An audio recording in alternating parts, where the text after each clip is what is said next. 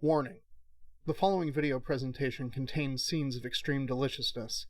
Failure to either eat first or bring a snack to consume during the presentation could result in wanting to lick the screen or in some way act the fool. Ain't nobody want that. Viewer discretion is advised.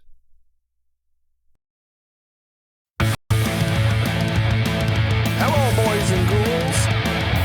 DK's making a snack today. What's it gonna be? What's it gonna be? DK's making a snack today. Shove it right into your mouth. DK's making a snack today. What's it gonna be? Is he making it for me? DK's making a snack today. It's time for tactical snacking with DK.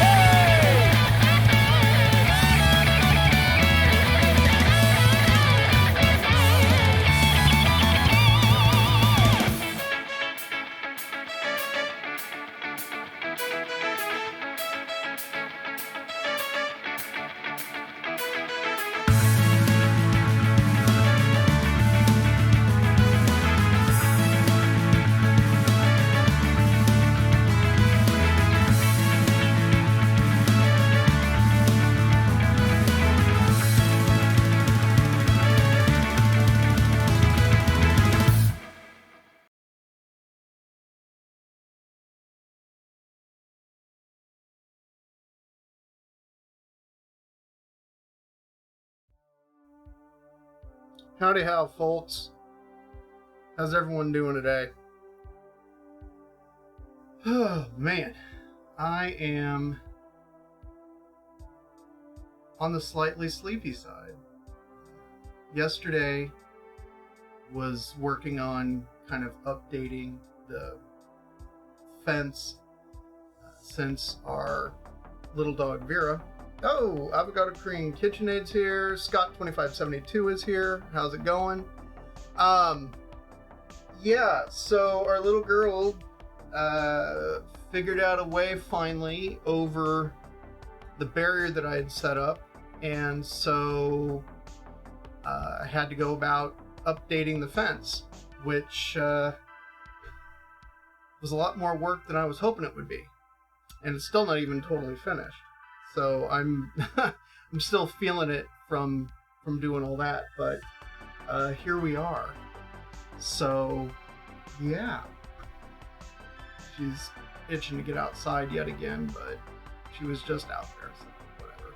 At any rate, so today we are working on making some tacos since it's Tuesday, and it's been a hot minute since I've made adobo, and so I thought, hey, chicken adobo tacos sound really good, so I figure let's go ahead and do that. And I don't feel too bad about mashing up the two kind of cuisines like that. Hey, Squire Creamsicle, welcome.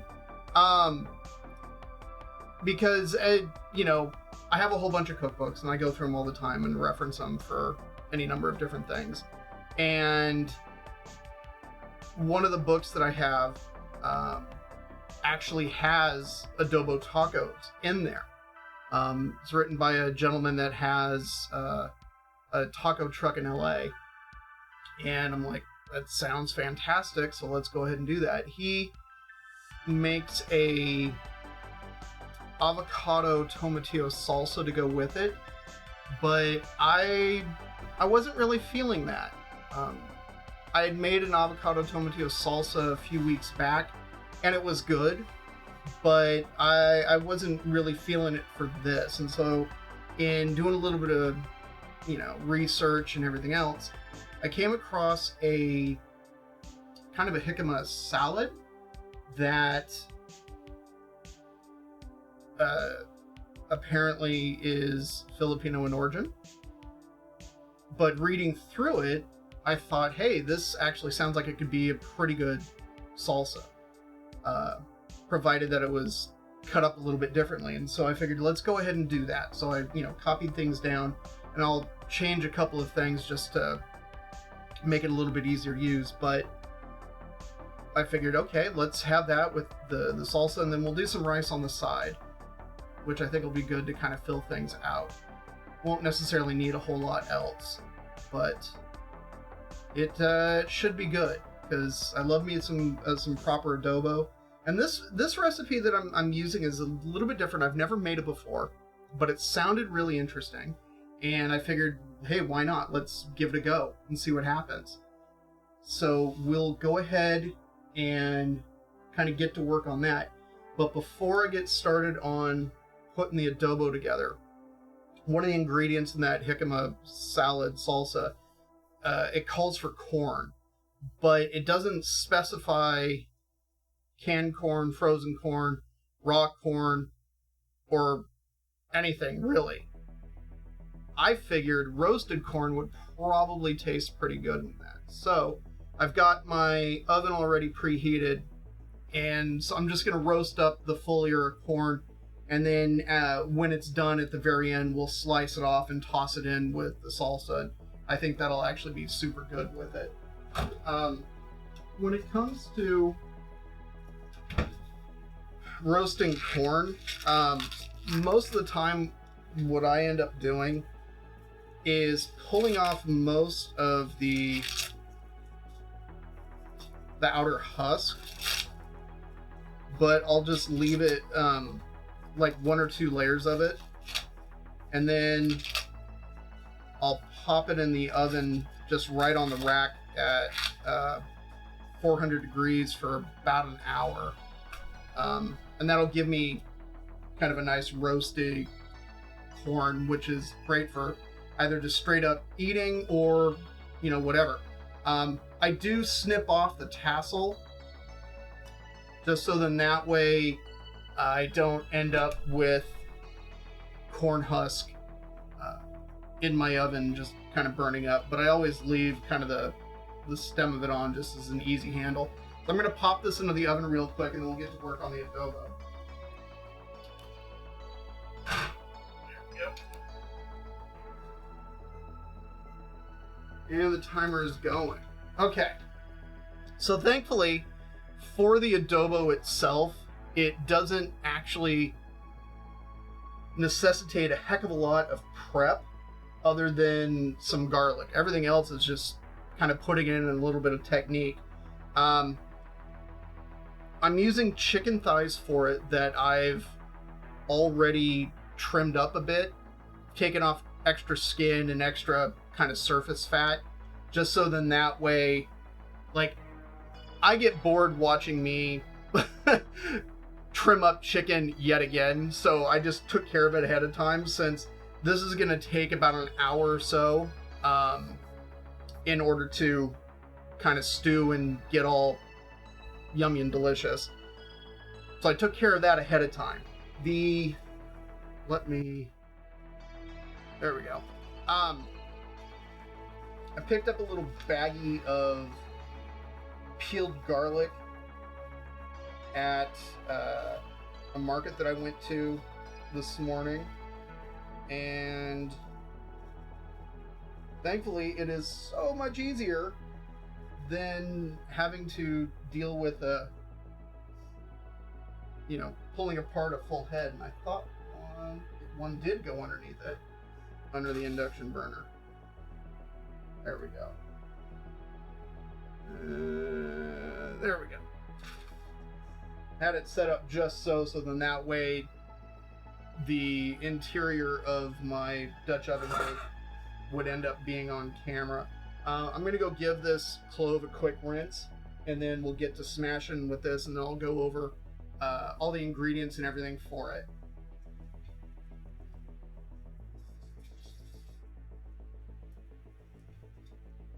All right. So this particular adobo is a little bit different than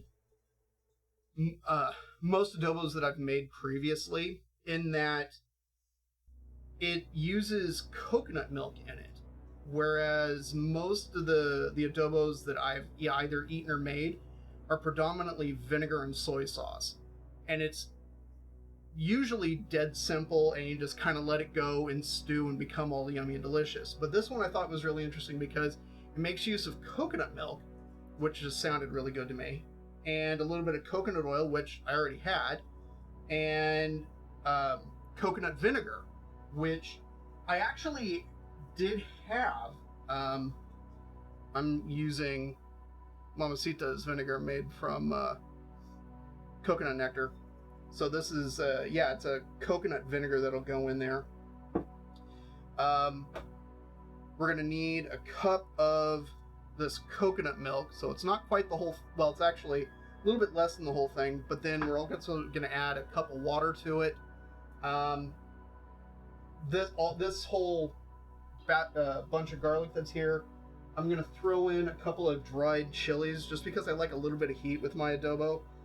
These are chili japones, but you could very easily use, like chili de árbol would be a okay addition to it, if that's what you got.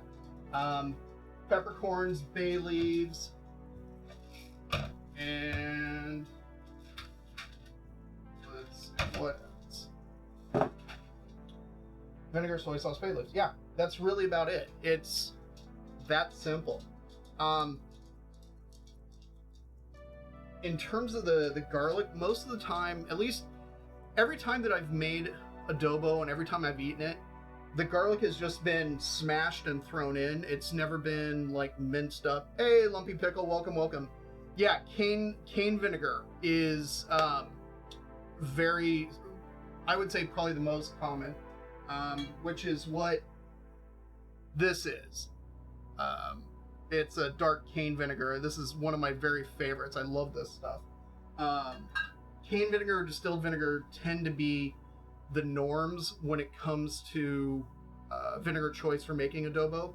But like I said, with this one, they go all in on the coconut. And so I figured, hey, let's have at it. That sounds really good. So let's give the garlic a quick smash. Actually, I don't even need the knife for that, since all I'm doing is literally giving this stuff a quick smash. And because of the soy sauce, it doesn't call for any salt, but that's easily something that at the end, tasting it, if it feels like it needs it, we can add it. But it probably won't.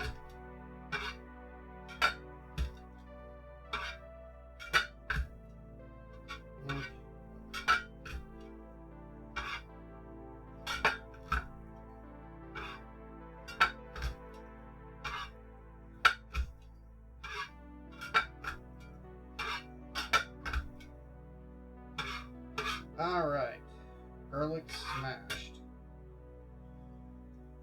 Then, okay. Let's turn this sucker on.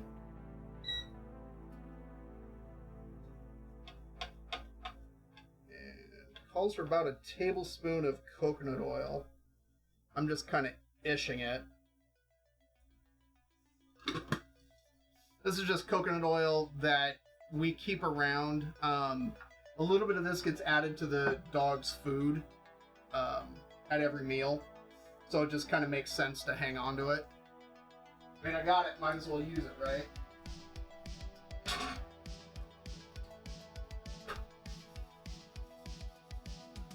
Oh good, that's starting.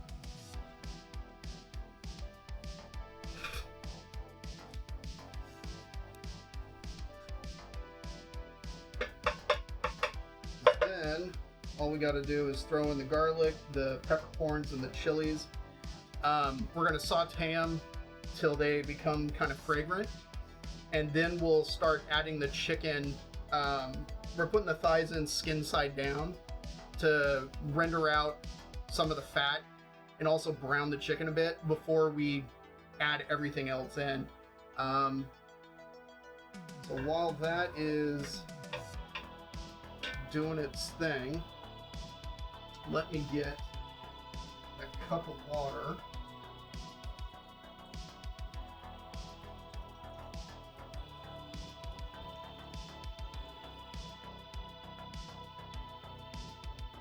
And let's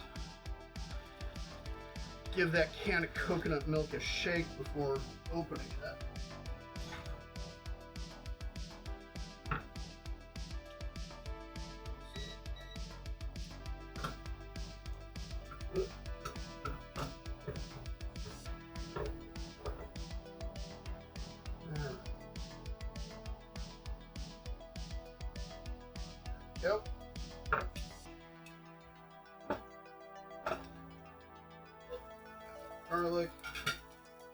Throw in the chilies.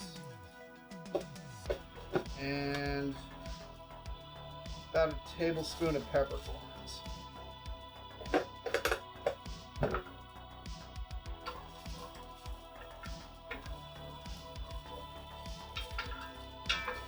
I could smell that garlic the moment it hit the oil.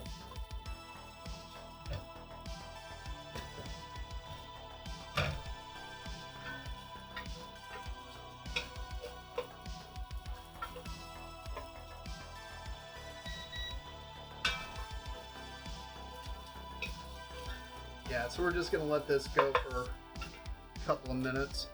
Let's see, I need vinegar and need soy sauce. I happen to have a Filipino brand soy sauce, Marca Pina. Just because if you're making it, you know, if you have access to genuine Filipino ingredients, then I highly recommend using them. And if not, you can always seek out the Totally brand of products. Okay. Starting to get some brown on that, so we can start adding our chicken thighs.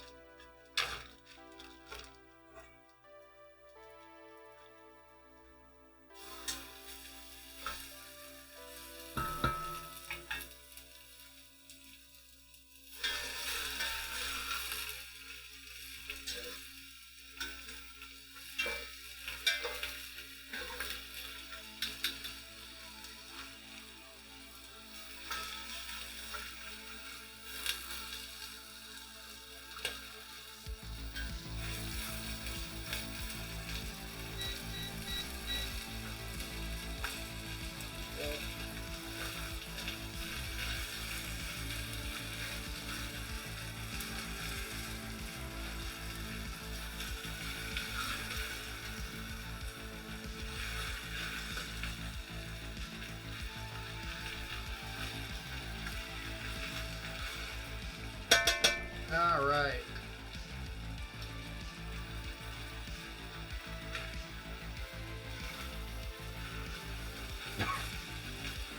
Oh, excuse me.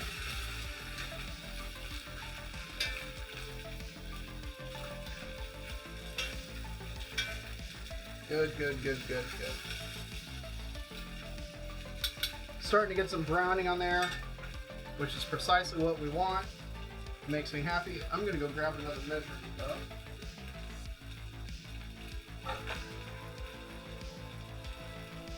Since I need a third cup of the soy sauce and a third cup of the vinegar.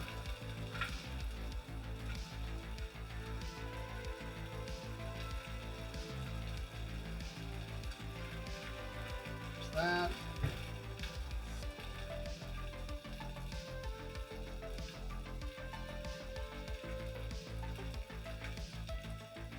And we can always add more later if we need it.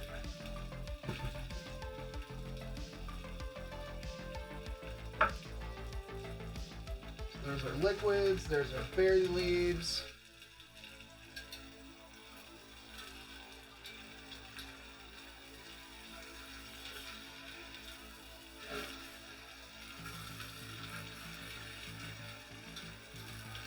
I am very much looking forward to this. Like I said, it's been a hot minute since made adobo, so I am. This is crossing something off of my list, and I think this was a request on the Discord, if I remember correctly. So, hey, a couple of things marked off the list, so that's a good thing. Oh, I also did another thing. I got chat to actually show up on the screen. So then that way when stuff gets posted to YouTube, you can actually see the chat. So like for instance, if you notice right underneath this camera that's on there, you'll see stuff that just popped up.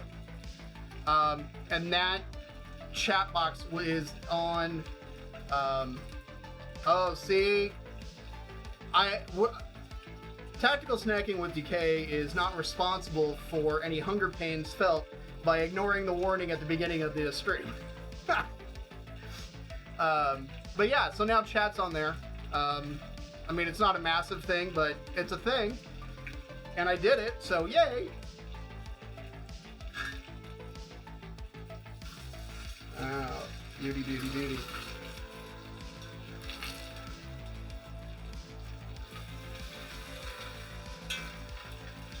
And how are you doing, Scott and Lumpy and Squire Creamsicle and I've Got a Cream KitchenAid? How's everyone doing today?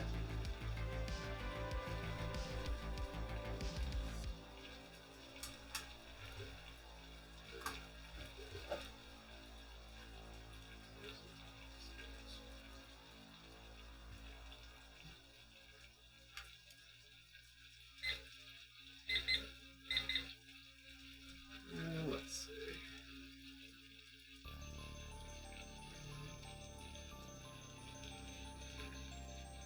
Oops. There we go.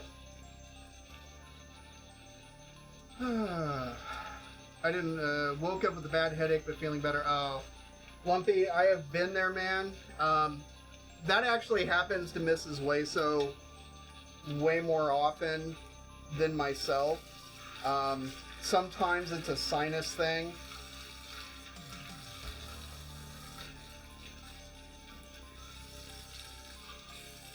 But thankfully, there's things like aspirin and ibuprofen.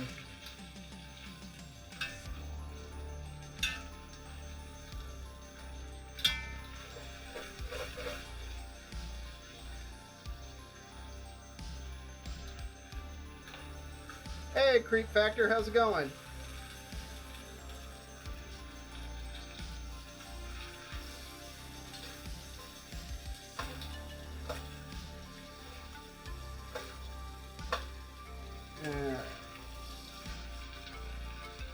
I'm just trying to get some of the fat underneath these to aid in the browning before we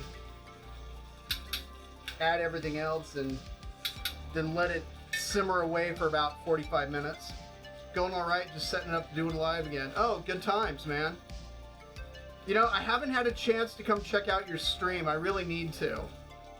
Sorry about that. Hey, Windier! What's going on, man?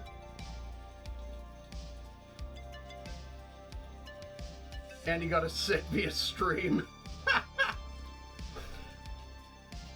Either him or Mally, because Mally's not been feeling too well either. But, yeah, I don't know what Andy had, but, oof, feel bad for the guy. I'm glad he's finally able to take a little bit of a break after a month-long writing spree.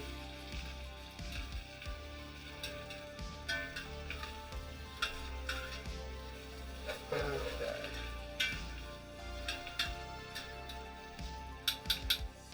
Alright, I think we are at the point where we can start adding Team Liquid.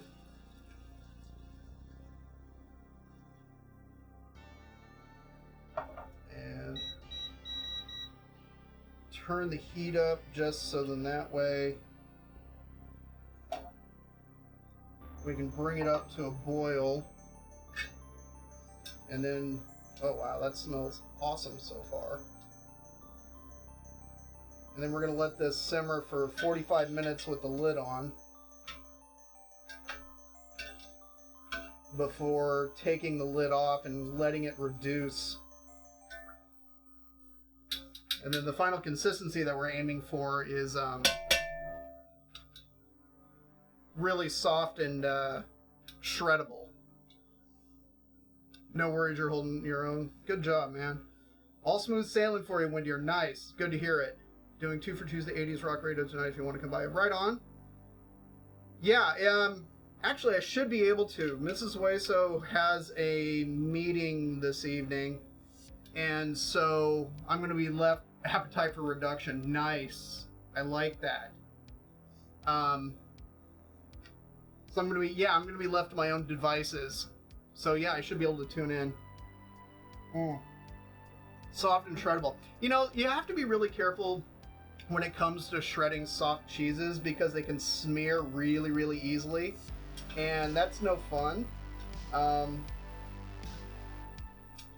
Just a little pro tip there for you. Come on.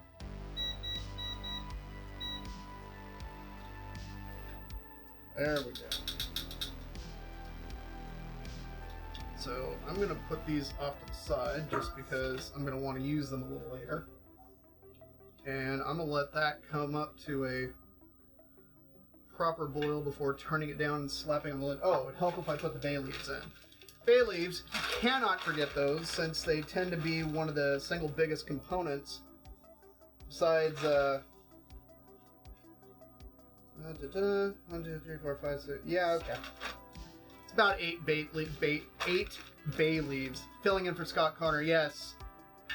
Our resident Punisher. And then the bay leaves are just going to get taken out at the end anyways. Because we'll pull the bay leaves and we'll also pull the bones out.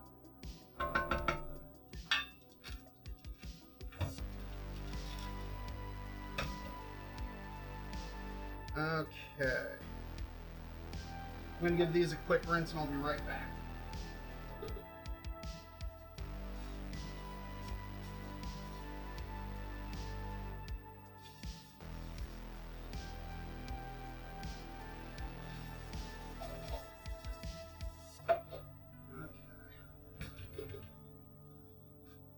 Alright, looks like we are finally at that simmer stage. So let me turn that down. Yeah, we'll do that right there. Set our timer. 45 minutes on the clock. I'm not sure how visible that is, but that'll suffice for that. For the tacos, I drove into Portland today in order to get a couple of things that I needed for tonight. But while I was there, I figured, you know what? There's got to be a proper, little Mexican market, for quality tortillas and everything. And I found a place that actually makes them on the spot. And I picked up a couple of fresh packs that just come straight up wrapped in kind of foil and stuff, which makes me happy. I had a couple earlier and I'm digging on them. So this is what we'll be using for the tacos later. I debated about whether or not to either lightly fry them in oil, just warm them straight on the stove burner, or maybe toss the whole pack in the oven and let them warm up that way. But I think we'll probably wait till Mrs. Hueso gets home and kind of ask what she wants to do. I will make a prediction right now. She's going to opt for frying them. That seems to be kind of her jam when it comes to making tacos. So, at any rate, this is what we got going on. These are corn tortillas. Alright. So before we get to work on the Jicama Salsa, I should get the rice going. If we're going to have rice, I should really get that going right now. So I'm gonna keep the rice pretty plain, I think, and I'm gonna throw a couple of cloves of garlic in there. But other than that, I'm not throwing in any broth or anything like that. I'm just keeping it simple.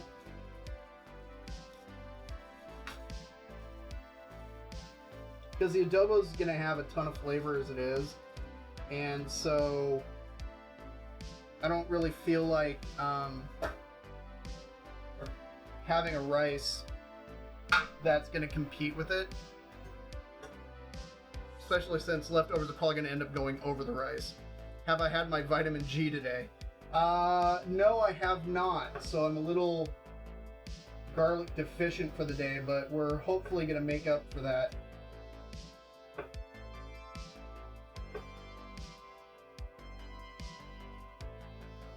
Alright, I'm just going to give these a quick smash.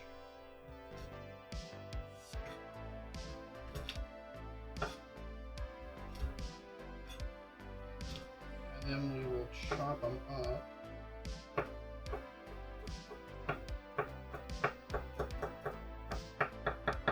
Okay. That will do for that. And let's see. I'm thinking, yeah, let's go with the basmati rice today. Okay. Got that.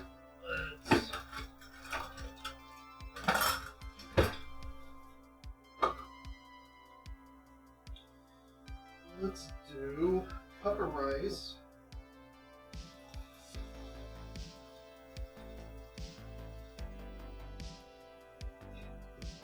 Alright, so we're going to do a cup of rice to 2 cups of water. I will add salt, but generally speaking, when it comes to the rice, I mean, it's for long grain, basmati, jasmine, generally speaking, you're looking at about a 2-to-1 ratio of water to rice. Unlike the short grain Japanese rice that I made, what was that, Saturday, which is more of a 1-to-1, just because they cook up differently.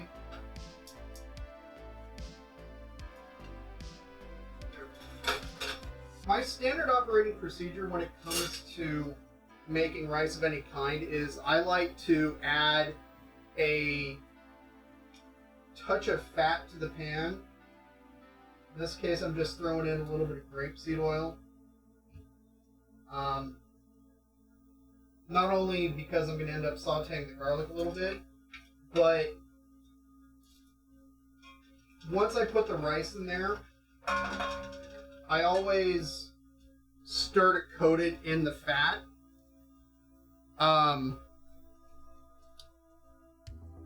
Call it a habit that I picked up in my youth, but rice for me just comes out better that way. The grains don't necessarily stick together; they fall apart, nicely. Well, not break apart, but into individual grains, and so that's my hot tip for the day.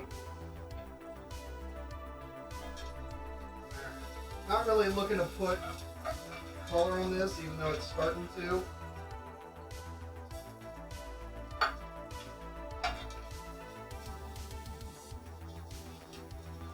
But I just want to get this stuff coated in the fat.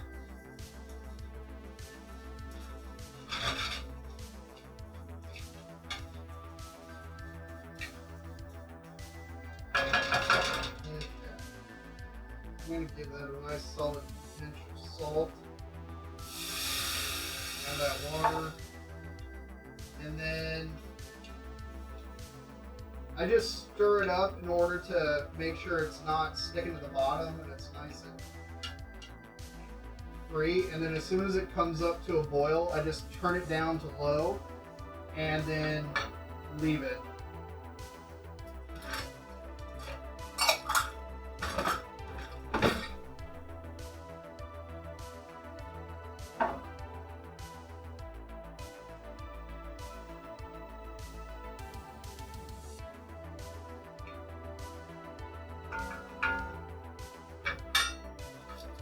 Most of the time I end up using hot water, so it just comes to a boil really quick. Today was not one of those days. Alright.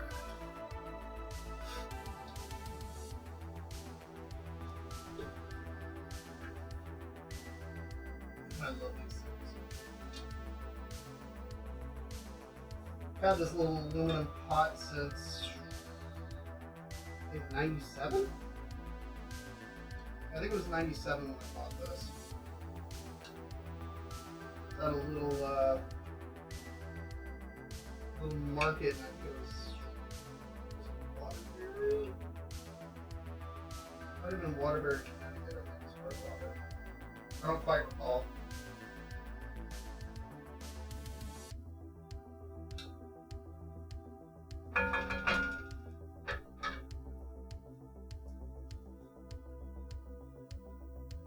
Almost there. I can smell the vinegar from the adobo. Man, it smells good. Okay. Slap on the lid. Turn it down low. And I'm just going to leave it. Just walk away. Let's see.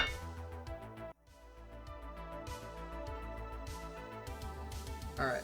That is simmering just fine. Okay. Onto the Jicama Salsa. So, in this, we're looking at some jicama, some tomato, cilantro, the corn, some shallots that we'll throw in, some carrot, ginger, which I have in here too, red bell pepper, and then for the kind of the liquid component to sort of marinate it a little bit, it's going to be vinegar, a little bit of sugar, a little bit of fish sauce, and some pepper. And then that should do it for us. I'm not going to use this entire thing because this is a little bit big and I don't really need all of this. So I think I'm probably just going to use half of it. There we go. Now, I wish I could tell you more about jicama, but to be honest, I can't say that I know a ton about it. I've eaten it, I don't know, a number of times. Hey! Mally's here! How you doing, Mally? Well, actually, I know the answer to that question. The answer is tired, still coughing, but otherwise okay. Only because Mally was streaming a little bit earlier, and so I was in there watching her and enjoying the base. But we're working on the Jicama salsa that's going to go on the top of the... Oh! You're... yes, it is. Wow, you only ended your stream like 20 minutes ago. Hey, what's going on, Harkonnen? Welcome, welcome. So I'm just peeling the jicama right now, and then we're gonna chop it up pretty small, since it's gonna be the salsa for the chicken adobo tacos, which is currently in this pot, simmering away, and it smells excellent.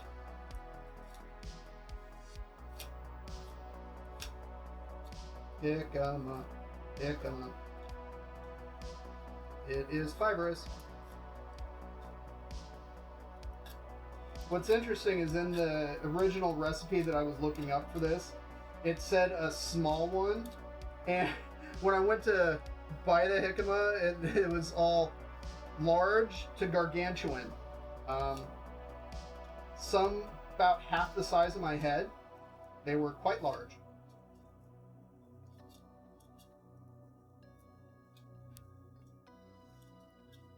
As it is being disagreeable.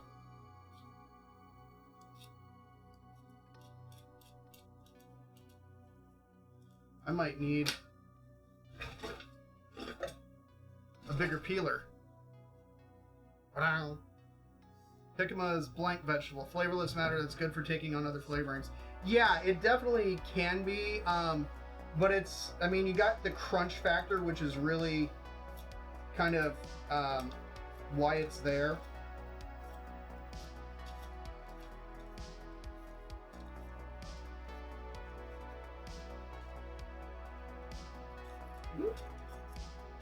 Yeah, this one's working way better. My guess is it's also because it's sharper. To be fair, that little Y peeler I've had for pretty decent amount of time. So it makes sense that it would be on the slightly dull side.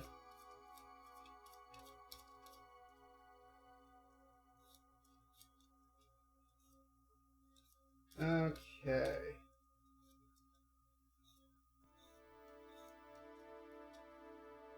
Alright. Jicama. Peeled. Alright. So let's see. We want to... I am thinking dice on this. Really going to work them knife skills today.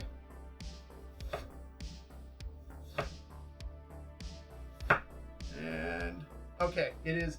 I was trying to position this so then that way we had it, but you could also still see me, like, cutting and working back here, so... Woo! Got that to work.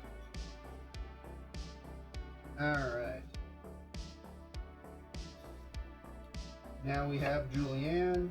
Well, actually it's, I guess, technically more of a baton as opposed to a Julianne. But it's close enough for government work.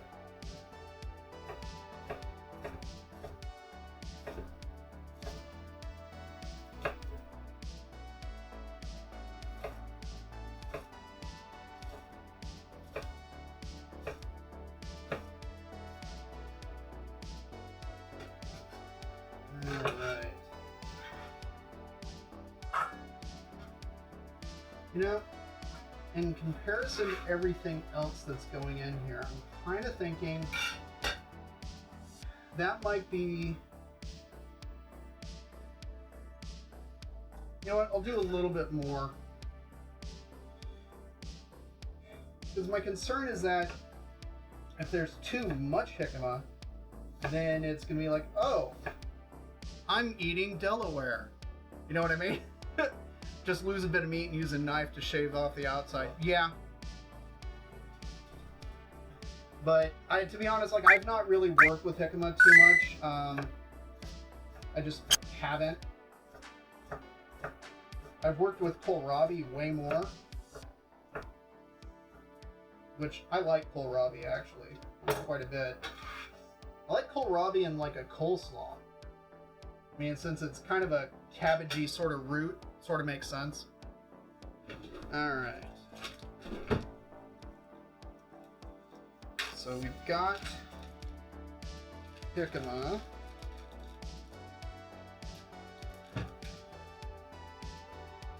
I got a pretty fat carrot at the market. So I figured let's peel that sucker and throw it in.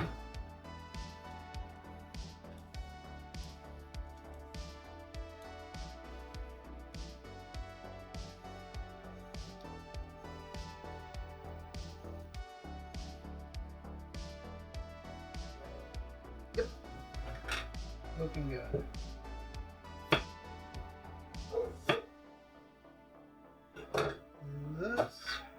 Actually, I probably only need... No, probably the whole thing, I guess. Yeah, that sounds about right. Okay, what's going to be the best way to break this thing?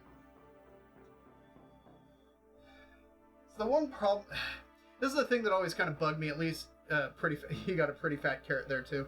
So one of the things that always bugged me, like when I was in culinary school, they're like, oh, okay, you know, we're going to be working on carrots, and you're dealing with a round vegetable, and you're trying to make, you know, these sort of precise cuts and everything. Because, you know, that's what culinary school is learning how to make all these sort of precise cuts and everything. And, I don't know, it just bugged me that there was always so much waste, but I mean, I get it with the sort of traditional French approach by way of the classic cookbook Larousse Gastronomique. I don't know, I'm not French, so, and I can't speak it or pronounce it for the life of me, so I was probably very wrong. but that cookbook is sort of the foundation for the French philosophy when it comes to cooking. I actually have a copy of it. And it's good because understanding the mindset that goes into that is really helpful, because then you're introduced to concepts like mother sauces and daughter sauces. How one mother sauce can yield any number of variations, and kind of teaches you this sort of way to think of, oh, okay, if I have this sort of base idea, and then I can change it up and do all sorts of different things with them, like how Béarnaise and a Hollandaise are related and stuff like that. But okay.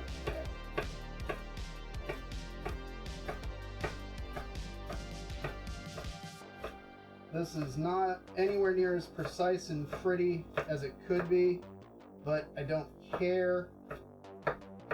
If I was working in a Michelin-starred restaurant, I probably would, because it would be my job. But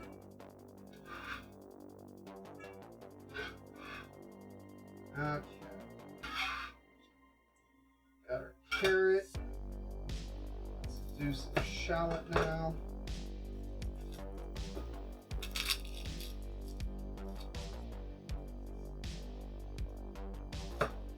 That is the one nice thing about predominantly, I want to say Vietnamese markets, really, is more often than not you can get shallots there on the cheap, since they tend to use them quite a bit in their cuisine. Wicked stepmother sauces, yeah. You're not too far off there, Lumpy Pickle. They had an army of cooks going ham when I went to the French Laundry. Yeah. The French Laundry is on my bucket list of places to go to. Thomas Keller's flagship restaurant. Thomas Keller's an interesting character. For so many people going on about, like, you know, the importance of culinary school and things like that, Thomas Keller never went to culinary school. Thomas Keller, arguably one of the best chefs in the U.S., just started working at a restaurant when he was younger, literally working like the dish pit, and then worked his way up to like prep and everything else, which is how most of the restaurant industry works. Is you just kind of work your way up through the ranks that way.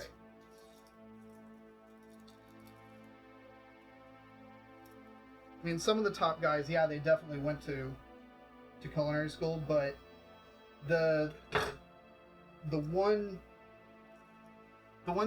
lesson, I guess, that most people don't really take away from culinary school is that it is such a competitive market that you can't afford to be like, well, I went to culinary school and this is how we did it, blah, blah, blah. Because in the real world, they do things super different. Yeah, it's very much about on-the-job training, but you have to be willing to do anything that is needed at any given time. A perfect example of that is after culinary school, one of the first jobs that I had was working they call it the holiday table at Whole Foods, where me and a team of people, we were hired on as basically temp workers to help people place their orders for things like turkeys and dinners and stuff like that. And if we managed to find a job to stay on with the team while we were there, you know, hey, cool. But I called it sort of holiday tech support because that's kind of what it turned into. While I was there, it was during, I think, I think it was the lead up to New Year's, if I remember correctly. And the seafood department had a whole bunch of platters that they needed to build, but they had a couple of people call out, and so they just needed help literally building platters. At least that's what I was told. It was just like, hey, we just need some help, building some platters, blah, blah, blah. I'm like, okay, yeah, sure. I'm happy to help out because, why not? And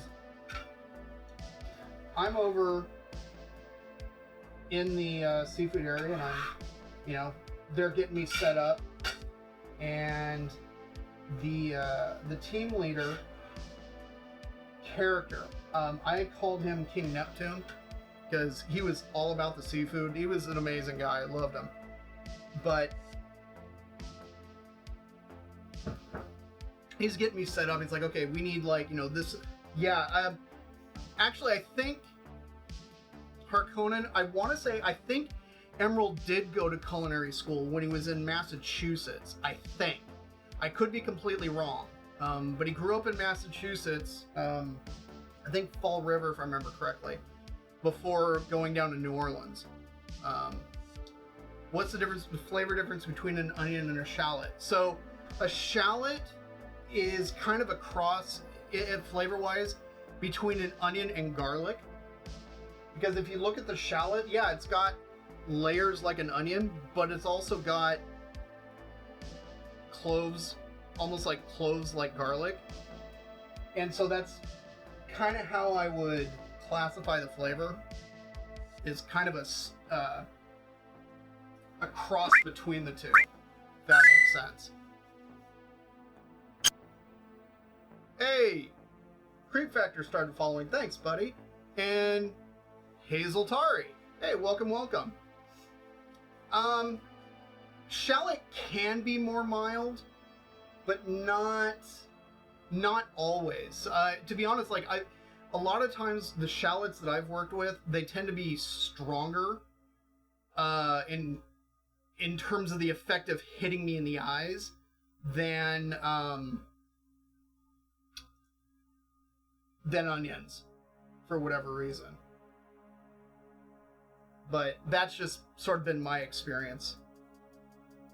But anyways, so he's getting me set up with the platters, showing me the diagram, says, we need this many of this one, blah, blah, blah, blah, blah. And so he's, kind of getting me set up. And so I'm like, okay. So I just start, building platters, no big deal. And then they started getting a bit of a rush. And it was literally like him and I think one other guy. And so he's like, hey, can you help out? I'm like, okay. I've never, worked in the seafood department there. I wasn't quite certain how everything worked, but I was like, all right, I'll give it a shot. Thankfully, because I had a pretty decent working knowledge of seafood, I hop up there and I just start helping customers. And I was like, okay, well, what are you doing? What do you need? What can I get you? And, and just taking care of business and then going back to making platters like it was nothing. Which, is all well and good. And it's like, oh, okay, hey, thanks for your help, blah, blah, blah. I'm like, all right, yeah, no worries. Let me get back to making those platters. They started to thaw, I think it was a couple of sides of salmon, if I remember correctly. And so they were thawing it in the sink, which is per bienvenido. It's right like this. Yeah. Wait, did I misspell? Oh, it's with the V. I thought I misspelled it. I was close. But they're thawing, some salmon in the sink with running water, which is pretty standard, no big deal. The floor drain suddenly clogs up and starts overflowing, and there's kind of this little lake that starts forming back there in kind of in the seafood area.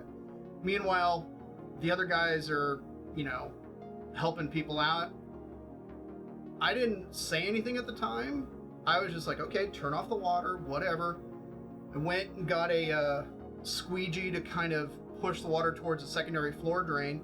And then I just got down on my knees, got down to the floor drain, pulled it up in order to clear it out, put everything back, washed my hands, went right back to work. Like, I never said anything, I just did it. That single act solidified like my street cred with that department. The fact that I jumped in, I did it. I didn't like, oh hey, what do I do? You know, one of you guys need to take care of this. It's not my job. It was just, you know, it needed to be done. They were busy doing other things, and I did my thing. That was because I did that purely out of a conversation that I had with my very first kitchen instructor. It was within like the first 1 or 2 classes that I had with her, and she was talking about that. Hey, Soldiers of Giants is here, as is Accidental Chaos. Welcome, welcome. But yeah, getting that street cred with him went a really long way, because he ended up putting in a good word with my bosses, and it made me stand out. Interestingly enough, the store manager for that particular location that I was at ended up becoming the store manager for the store that I ended up being hired on to and open full time. And I absolutely believe that my experience there added to it. So that's where we're at. Tomatoes.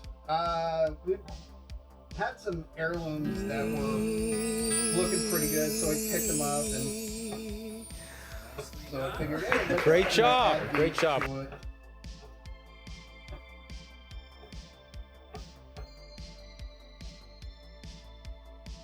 But yeah, getting down on your knees and just taking care of business, it's what you gotta do sometimes. Oh, sounds like Mrs. Hueso's home. How you doing, baby? You're exhausted? Did you have another productive day? Mostly? Yeah, there's a lot of, well, let's have a meeting. Let's have a meeting. Yeah. Howdy, part people. Meetings tend to be the bane of my existence. And it needed to happen, but did it have to happen this week? Yeah. Couldn't it happen next week? Did it have to happen at all? Couldn't it have just been an email? We need Jicama Salsa. So, Hazel Tari, here's the thing, right? This particular salsa is actually based off of a Filipino jicama salad. But based on all the ingredients and everything, it sounded like it would actually be, it would make a really good salsa to go on top of the chicken adobo, which is looking and smelling really good. In it, it's jicama, tomatoes, cilantro, corn, which, interestingly enough, on the recipe didn't specify raw, frozen, canned. So at the beginning of the stream, I threw a ear of corn into the oven to roast, and then when it's ready, we'll slice it off of the cob and throw it into the salsa. Let's see what else is in there. Shallot, carrot, ginger, this part of the bell pepper. Don't need a heck of a lot. In fact, that will probably be enough. Maybe a little bit more. So let's take off the top. And we'll use that. So yeah, the top and the bottom, that's going in. Everything else, I will hang on to for a different application. Probably a salad or something.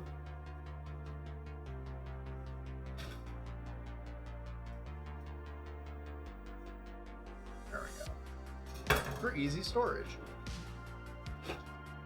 Nope. There we go.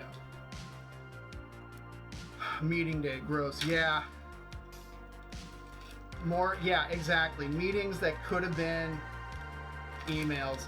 Yeah, roast corn. Generally, when it comes to salsas, salads, and whatever, that's my opinion. It roast it, and I'm happy.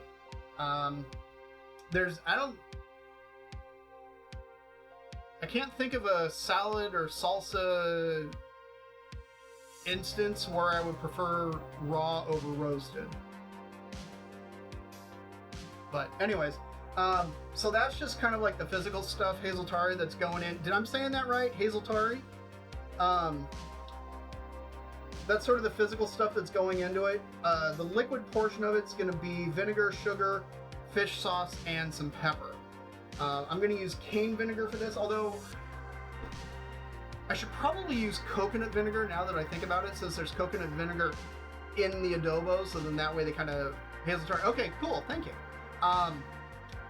Since that way it'll all kind of match up and work together. Yeah, I think I'll use the coconut vinegar now that I think about it. So, yeah. Meetings that could have been emails. Oh my goodness.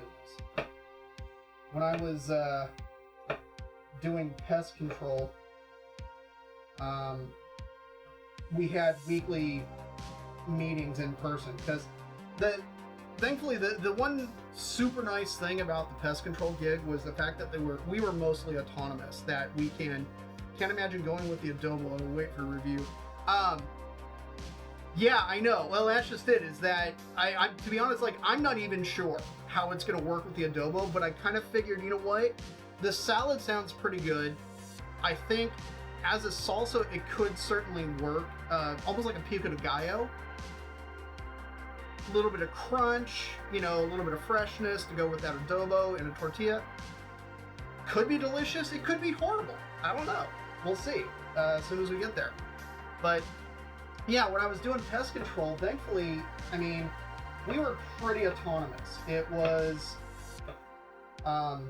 there was an app that we would use, and your route for the day would come up on the company phone, and if there were time frames that, customers needed you to be there during for whatever reason, or, oh, you've got, some special appointment because you got to kill some moles, or whatever. It was all on there, but basically my day consisted of getting up, figuring out my route, kind of planning it, because nothing was automated. It was, here's a list of everything, and so I would go through and kind of figure out the most optimal route to get to where I needed to be at specific times, but also to make sure that I'm not crisscrossing and wasting, a lot of time doing that. But every week we would get together for this meeting, and I think I can count maybe on one hand.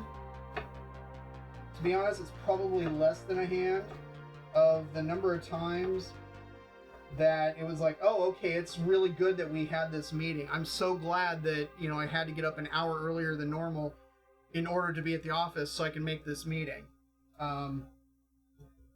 Because honestly, like, they all could have been an email. Just about every last one of them could have been an email.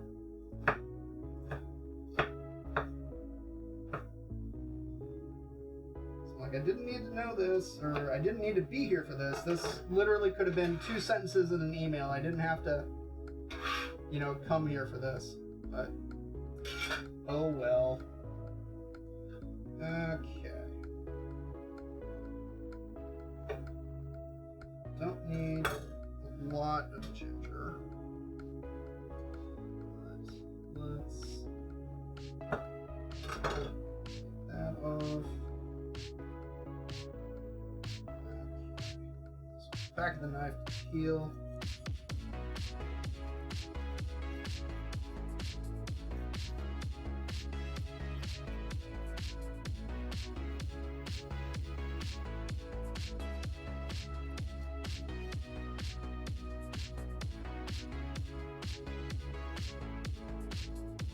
To be honest, I'm kind of convinced that managers sometimes just hold meetings so they can hear themselves speak.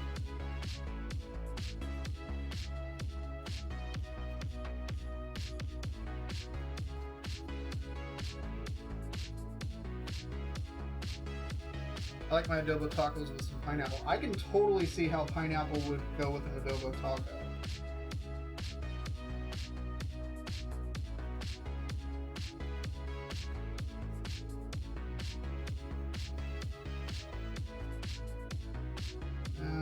Let's do that.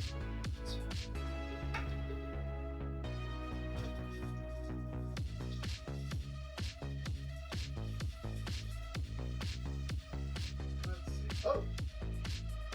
Corn has a minute to go. So just out of curiosity, Hazeltari, how'd you find me? Saute up some tilapia on a pan with diced oranges, lemons, limes. Very citrusy, I know, but it balances everything else that goes in it.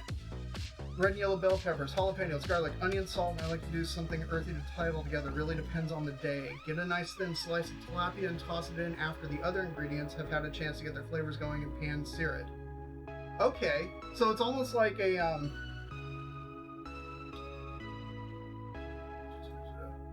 to be honest, like, oranges, lemons, and limes in one thing doesn't scare me in the least. That's something that I do with some frequency. But yeah, no, it sounds super good. Oh, the food section. Okay, that makes sense. Cool. Well, you know, hey, thanks for popping in, Hazeltari. I appreciate it. I know there are many options out there when it comes to food streams. So I appreciate it when people pop in and say hello. And it's okay if you're just hanging out lurking too. Ah ha ha ha.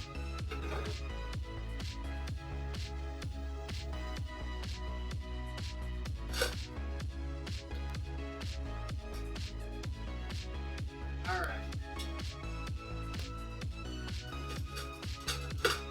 That is fresh out of the oven. I'm gonna let that hang out for a minute or two before I go to handle it.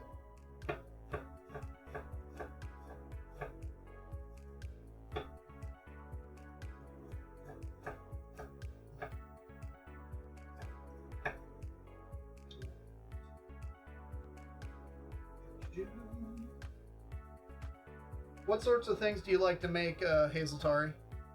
And it's a bit lighter. You don't wind up getting killed by feeling like the way you do to eat. Like you had way too much to eat. You can toss it on top of the salad and have it be good. You know, I can totally see that, Harkonnen. I mean, tilapia tends to be a pretty light fish anyways. And the way that you're describing everything, I mean, it's almost a bit like a citrusy fajita base, almost. And so, yeah. I mean, tilapia it's not heavy at all, and it doesn't sound like anything that you've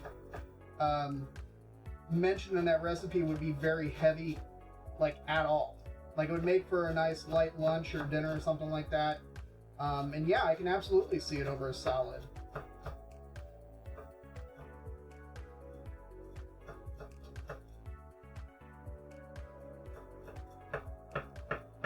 Okay.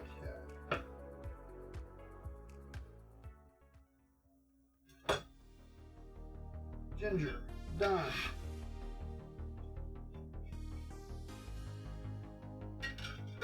Let's see, how much time is on that? 3 minutes. Cool. Alright, I've actually already washed this cilantro. I know there are many that hate cilantro, that find the taste of it absolutely disgusting because they happen to have that gene that makes it taste like soap. I know Mally is one of those folks. Should you decide to omit the cilantro, that's entirely up to you, and that's fine. Even though cilantro does taste a bit like soap to me, I still enjoy it. So, but I'm a little different. And the recipe actually calls for a fair amount of cilantro, like a lot more than kind of what I expected. But that's okay. Alright. Cilantro in.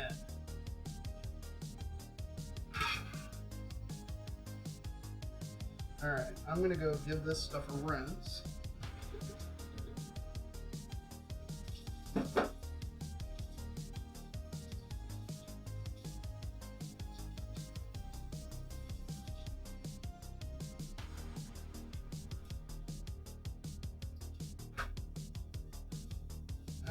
Okay.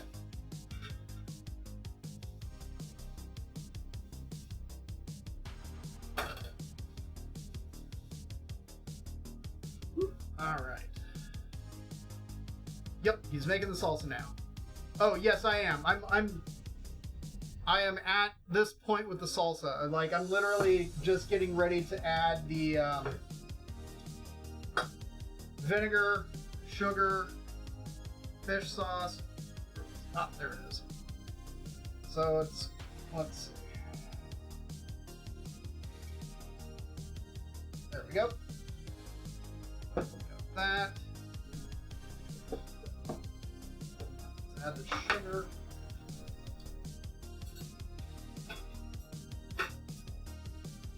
So the recipe says 4 tablespoons of vinegar, 2 teaspoons of sugar, like a half teaspoon of fish sauce, and like a half teaspoon of pepper. So we'll start there. My guess is we'll probably end up having to add a little bit more.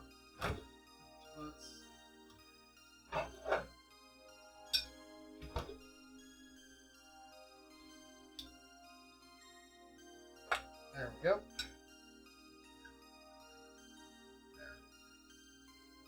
I'm not afraid of fish sauce, so it's all good. Need a homemade salsa to make. The store-bought stuff is just meh. Couldn't even forget any of it. Cilantro. Yeah, you know, it's... Hold up. Alright. That lid is off.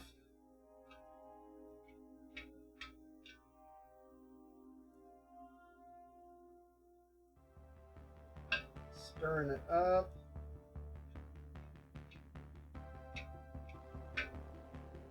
Okay. So I'm gonna turn up the heat just a touch, and then we're gonna let this go for another 15 minutes. So then that way the sauce has a chance to reduce, and then we'll kind of shred it up. It called for 8 bay leaves, Harkonnen. To be fair, when it comes to adobo, 8 bay leaves is kind of middle of the road. Yeah, to be honest, like, bay leaves in adobo, it's one of the big seasonings that go into it, and so yeah, it calls for a fair amount. Just don't be afraid. Just lean into it and go with it. It may, you know, don't be too afraid. They know what they're doing. So yeah, there we go. Okay, sugar, fish sauce, vinegar. Last thing is a little bit of black pepper.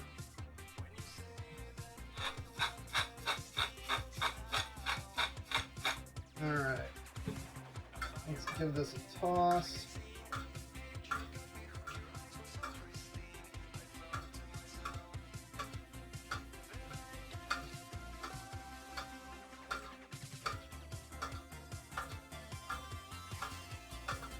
Not gonna lie, part of me really wants to add like a couple of juice of a couple of limes to this,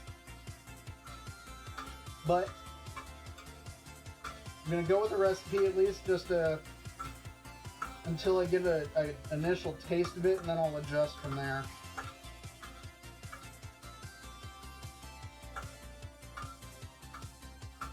All right, it's looking pretty good and mixed.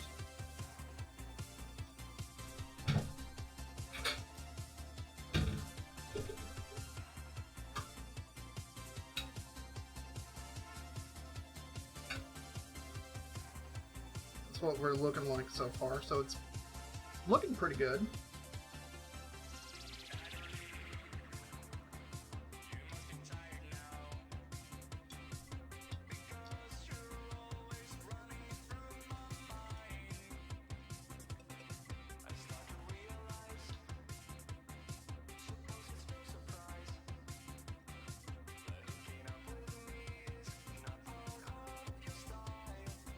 That's really crunchy, but it's got a good taste to it. To be honest, I kind of want some more vinegar. And probably a bit more fish sauce. There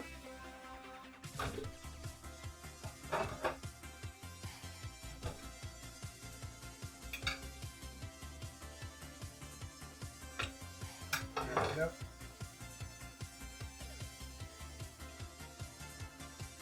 Let's just leave that out for the time being.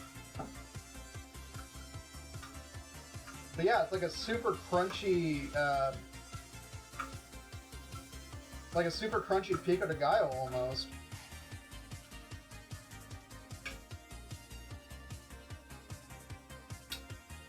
Although the little like hits of ginger that periodically pop up are nice because there's like this little, these little pops of that ginger heat that come up that I like.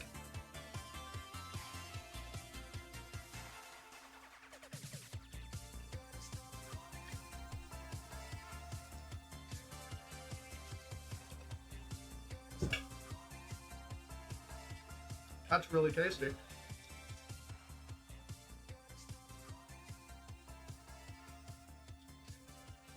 I would imagine it's probably going to get even better once it's had a chance to kind of like sit for a few hours. Like maybe even tomorrow. Yeah, chicken adobo is amazing, Accidental Chaos. The thing is adobo is one of those things that, depending on the region of the Philippines that you're in, they'll have like a different recipe. Most of the time it's either made with chicken or pork in some form. Either pork shoulder, pork belly, and there's dry versions, there's really like soupy versions. There are versions that have, I've seen versions of chicken adobos that have had like hearts and gizzards and livers added to them.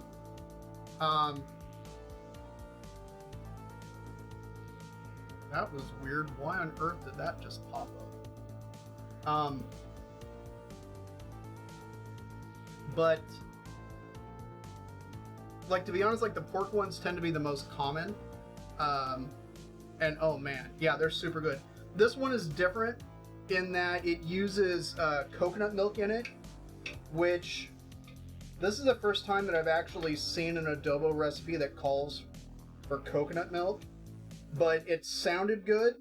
And so I figured, hey, let's give it a go. Okay. I've got corn I need to shuck and add to that.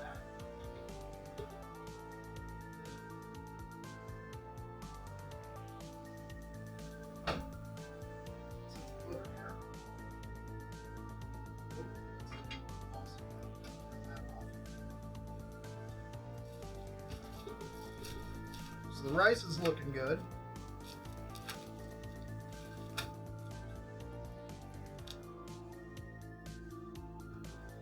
Okay.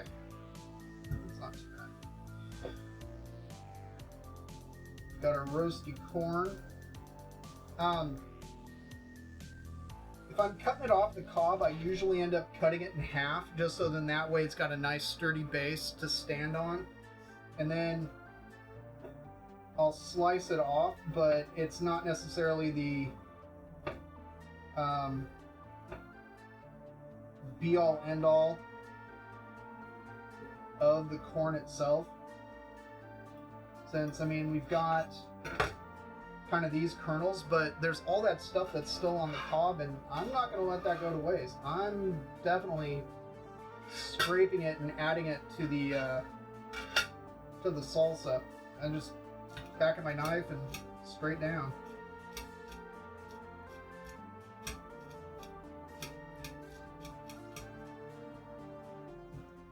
Boom.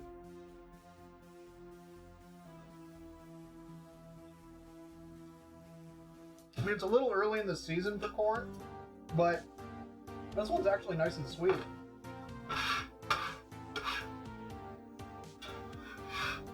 I'm guessing it was pretty freshly picked.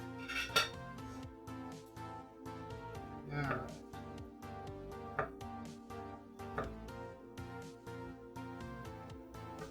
I try not to cut too deeply into it, just because then you end up getting the cob in there too, and oh my goodness.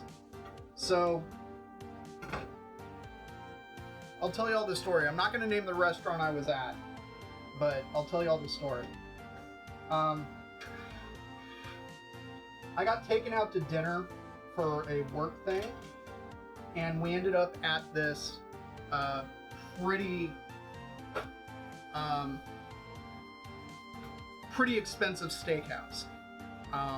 It was a chain that I had not been to before, but a pretty pricey chain nonetheless. Anyways, looked at the menu. The menu looked excellent. They used all the creative language that any good restaurant uses, where they, basically list out every ingredient and how it's made in the shadow of the moonlight on the winter solstice, and stuff like that. All the culinary buzzwords. And one of the things that was on this menu was a corn, like a skillet corn side that sounded really good to me. And so I ordered that as part of the meal. And it comes to the table, it looks good, and I go to take a bite of it, and the corn had been shucked to the point where good large chunks of the cob were still attached to the kernels. They'd cut it so deeply that every bite just had chunks of cob in it. And I couldn't eat it at that point, because that cob was just, ugh. All sorts of nasty. Not to mention the fact that I wonder if the foods would boost my stats. Don't know. Yeah, cob. I tend to find the places that go out of the way to use those culinary buzzwords are ones that are hiding stuff. We'll get back to that in a moment, Harkonnen. But yeah, like the bill for the entire meal, including drinks, was probably, there was, it's maybe a dozen of us there, something like that. Like, it was easily $1,000+ for the entire meal. And I had this dry-aged steak that was alright, to be honest. Like, I've had better. I've made better. But this is not a steakhouse that I would personally choose to spend my money on again. And I'm not going to name the names just because it's immaterial. But yeah, it was really kind of disappointing, to be honest. Because the gentleman that took us out to dinner, although I should have known it knowing who this guy is, he kept going on and on. He's like, oh yeah, when I'm in the area, I eat here all the time, and like the general manager knew his name. And there were some signs there, like if you know what to look for, sort of thing. Like, is the general manager spending too much time with customers? Is, just certain things that kind of stood out that said, okay, there's a couple of little red flags about the service here. But what can you do? Anyways, back to Harkonnen's comment about finding the places that go out of their way to use those culinary buzzwords. So, the culinary buzzwords are honestly a double-edged sword. At places with a really good reputation, the reason why they're using all those buzzwords and talking about individual ingredients and like where they're from is because they're proud of the ingredients, and they're trying to be as transparent as possible when it comes to the ingredients that they use and the quality of them. Okay?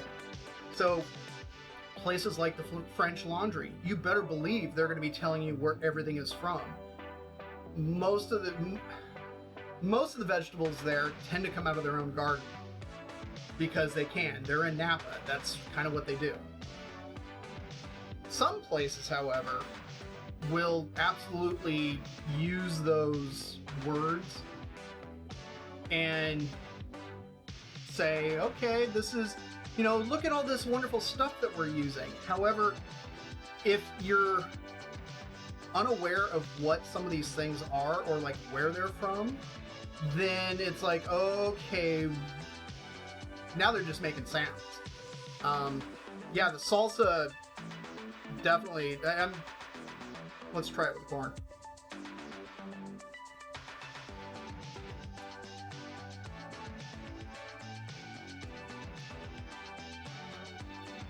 Okay, that's really good with corn.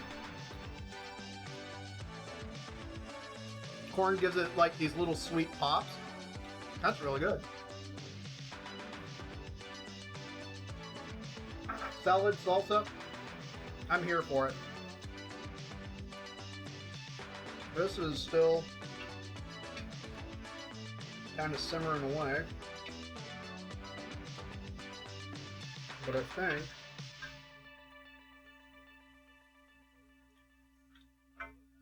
probably grab a fork, give it a test.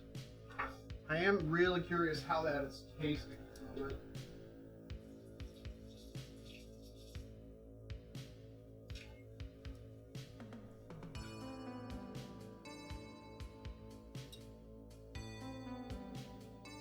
I just rinsed out my little tasting dish.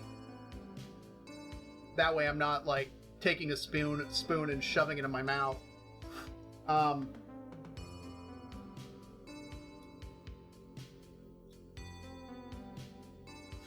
Salsa looks good. I wonder how you would find it with the grilled corn. Yeah, the corn's really good with it. The GM on the restaurant floor is a red flag. No, the GM on the floor isn't necessarily a red flag, but oh, that's good.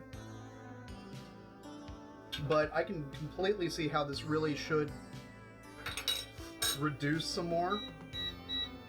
So I'm going to kick up the heat a little bit. The general manager at a restaurant, they're there to oversee operations back of the house, front of the house. Alright, so that was the 15 minutes, but like I said, and to me it tastes like it needs to reduce a little bit more. I'm thinking I should probably pull the chicken out and crank it up to high and really let it reduce. I'm gonna do that. I'm gonna get a plate.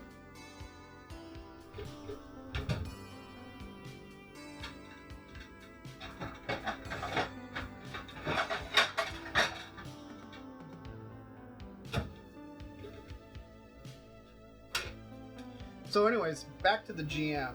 So if the general manager of a restaurant is spending all of his time talking to the customers as opposed to also dealing with the workers and be like, hey, we need to do this, whatever.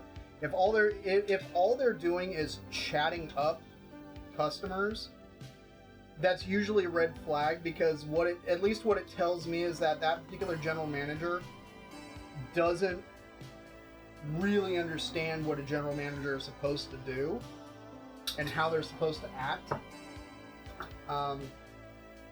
Because yes, I mean, high dollar spending clients, yes, they should absolutely, hello, how are you doing? You know, is there anything I can help you with? Whatever. But they shouldn't be spending their entire time chatting up customers. For me, it's just kind of a red flag. Hey, I'd be stupid. Welcome, welcome. Boiled chicken.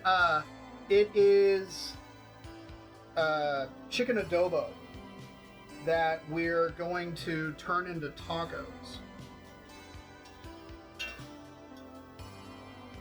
I'm just pulling out the bay leaves from it and kind of reducing the sauce a little bit before adding the chicken back in.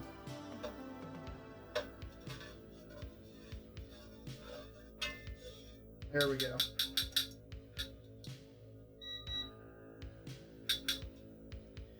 Let's see.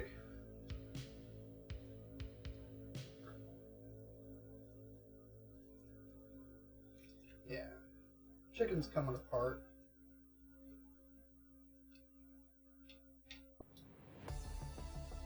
So I will probably... Yeah, I'm going to debone these right now.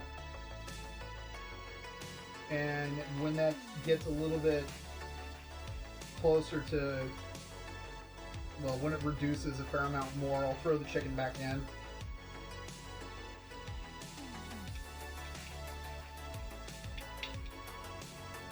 But first, I'm going to flip over my lid and I'm hanging on to these bones because I'm going to suck them clean.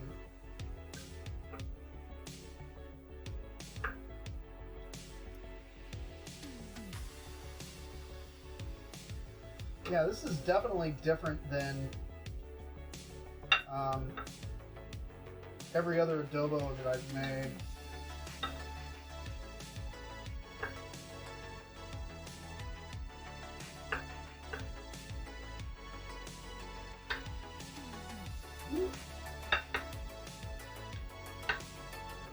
Okay.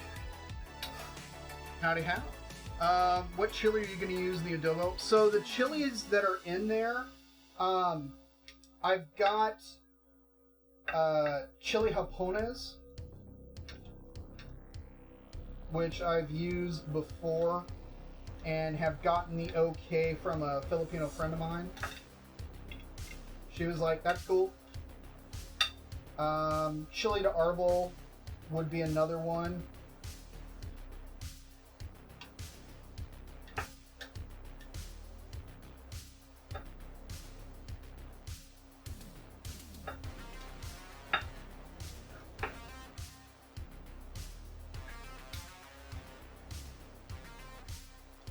Mrs. Hueso is lurking. Not where she normally does, but I think in the back of the house.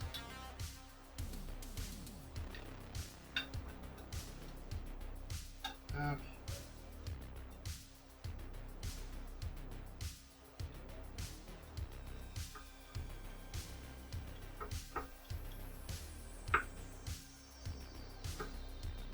That little bit of chicken will be a surprise for dogs.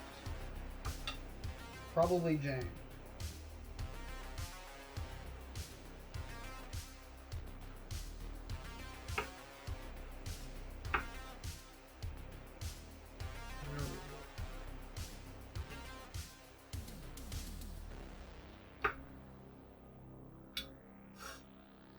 Or is it Filipino adobo nice? Yeah, Filipino adobo. Yeah.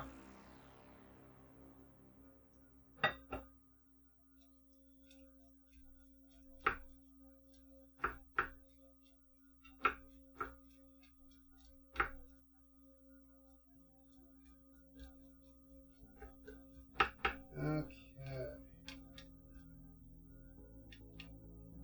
There we go. Plate full of chicken that will be turned into tacos. That is good to go. Alright, I'm going to run the intro real quick while I go corral Mrs. Hueso and figure out what we want to do for the tortillas. So I will see you all in a couple of minutes.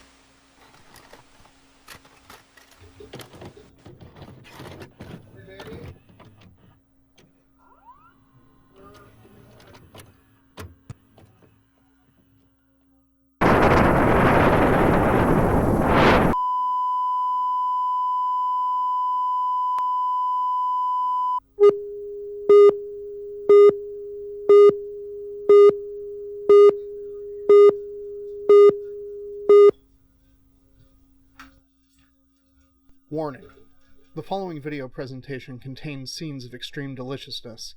Failure to either eat first or bring a snack to consume during the presentation could result in wanting to lick the screen or in some way act the fool. Ain't nobody want that. Viewer discretion is advised.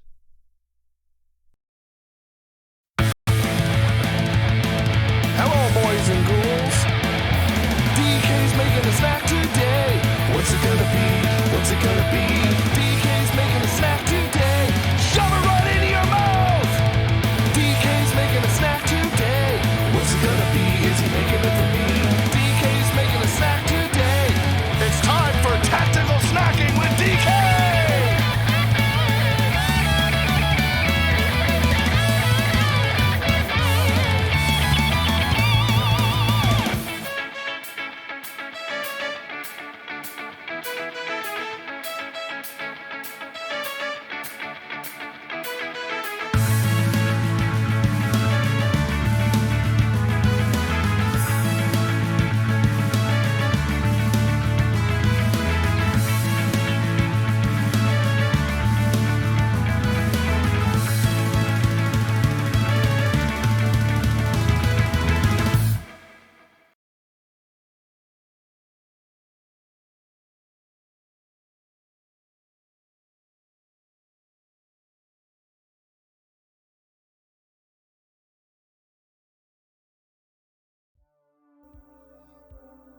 And we're back.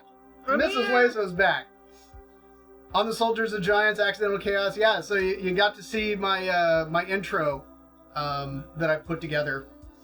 But yeah, came together. Took me a bit of work. Very 90s sitcom intro. Yeah. But I think it came together really nicely. So, okay. We are at the point where we need to figure out what to do with these tortillas. Our options are, now, for those that were here in chat, don't spoil it. What did I say? Remember what I said her answer, my prediction would be, right? Mrs. Hueso likes her tortillas one way. Her corn tortillas one way. Her corn tortillas one way. So And our one options way are only. throw the whole pack in the oven to warm up, which is going to take some time. Warm them up directly on the burner, or fry them up. And Mrs. Hueso's choice is... Fry them up. Called it. Shocker. But Shocker. I'm cool if you want to do them on the burner. I do that with flour. Yeah, I'm down to clown with whatever. I mean, Let's try it. I went and got some corn oil specifically because Mrs. because Hueso Mrs. Hueso loves to fry There's them up. nothing like Hey, G-Tribe Alex. There's nothing like home fried Hey, thanks tortillas. thanks for the resub, buddy. I need a resub. You need that a says you've got a few days left. You better resub. Okay, we're gonna fry them. So that's what we're gonna do. So, darling dearest, if you want to get a fry station set up, Fry station. and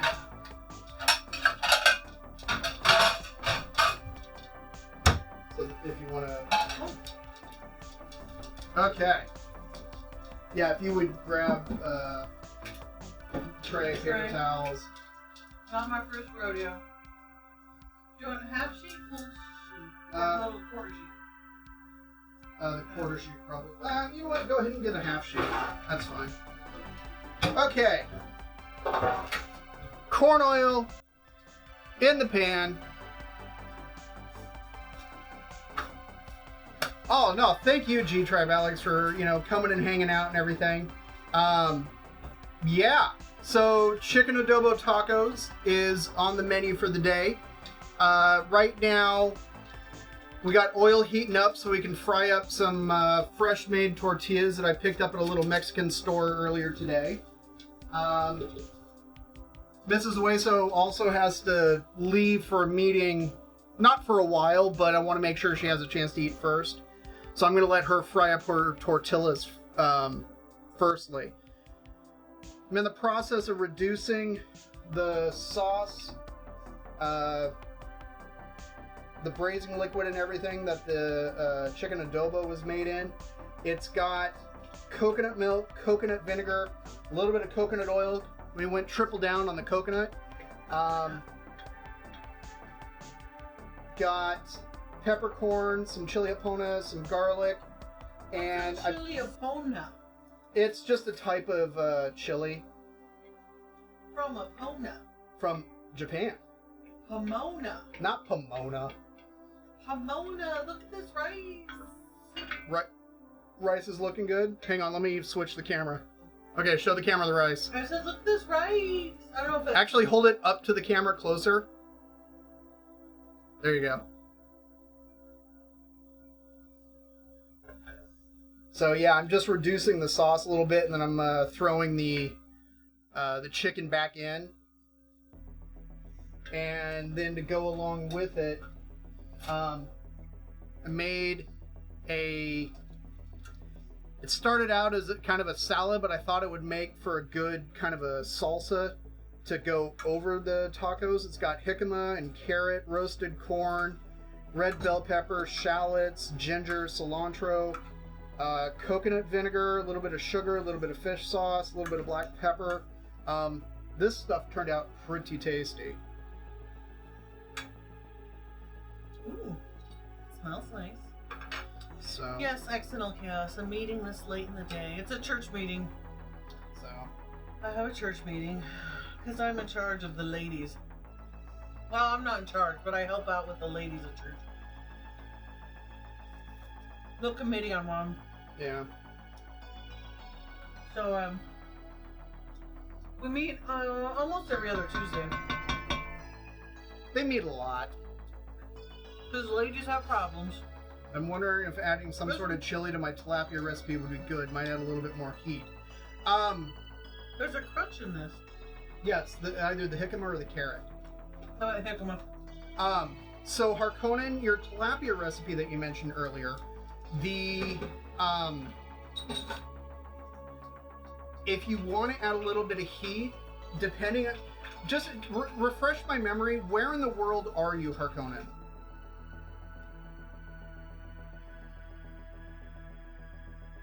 Because that's gonna make a little bit of a difference. Because I would say start off with, like, say, some fresh jalapeno. If that doesn't float your boat in terms of heat, then step up to a serrano. And then if that doesn't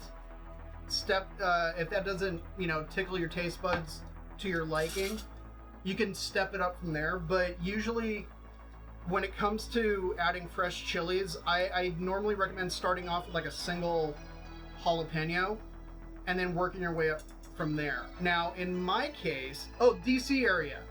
My sister actually is in the DC area. Yeah. Okay, so if you want to go hotter, step it up to a serrano. That would be my recommendation. You should check out the all-night taxi. Oh, yeah, there's a place in DC. Oh, what was the name of it? It's an all-night kebab place that, like, all the taxi drivers go to. What is the name of it? But yeah, they're like open 24 hours and they're like super busy in the middle of the night because that's when all the taxi drivers are like taking their breaks and stuff like that. The last time I went and visited my sister, that was our first stop from the airport. I got in like around 10, 11 o'clock at night, and that was the place to hit. All right, that I think is kind of thickened up to a pretty good Canvas place. over here. Oh, I'm cooking the tortillas. okay.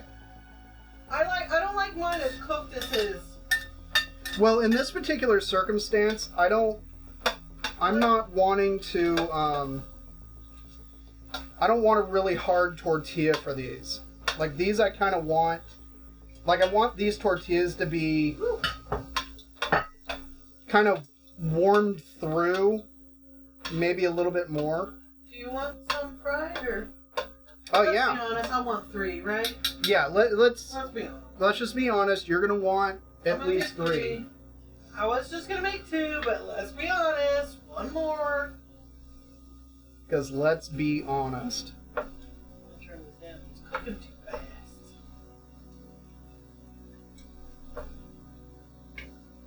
Nice.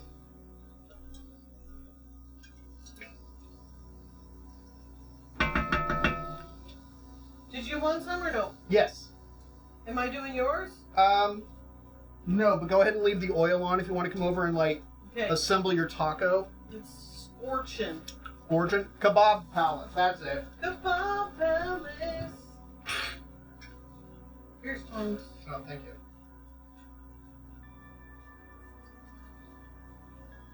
Are these older tortillas or? No, these were pretty fresh.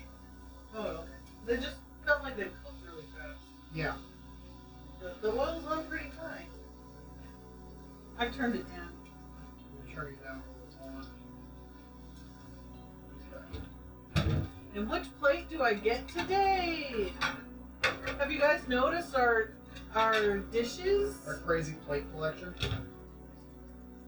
Yeah.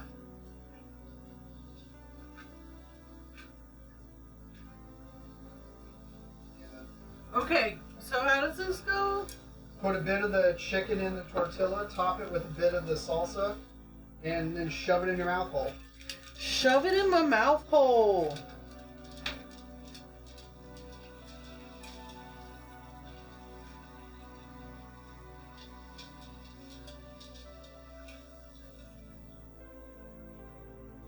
Alright.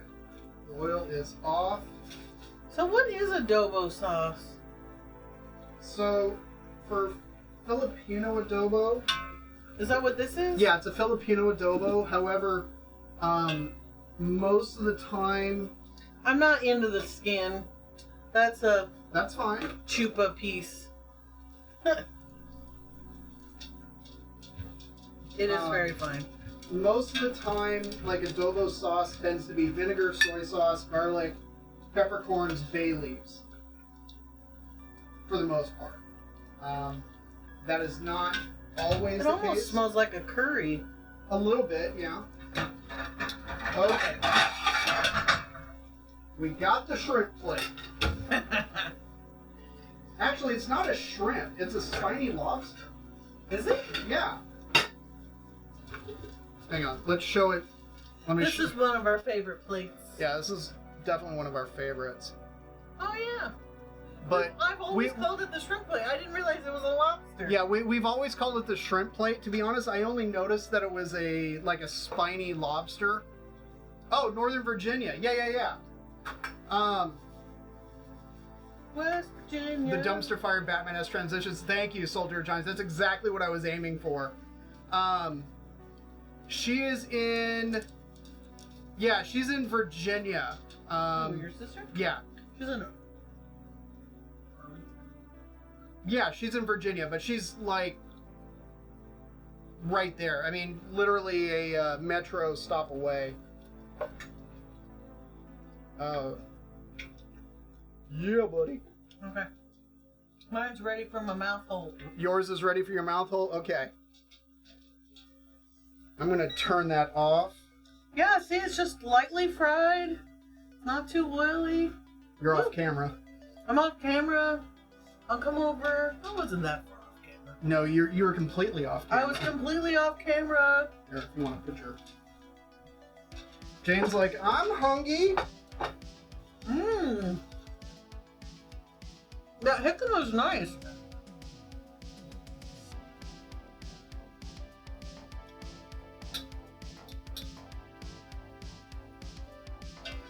I am gonna ask about like, there's no, is because it's a Filipino, we're not gonna have like cheese or something. No. I mean like cheese or sour cream. I mean, if you want to, I guess. Would that make it taste weird? Am I crazy? What do you guys think?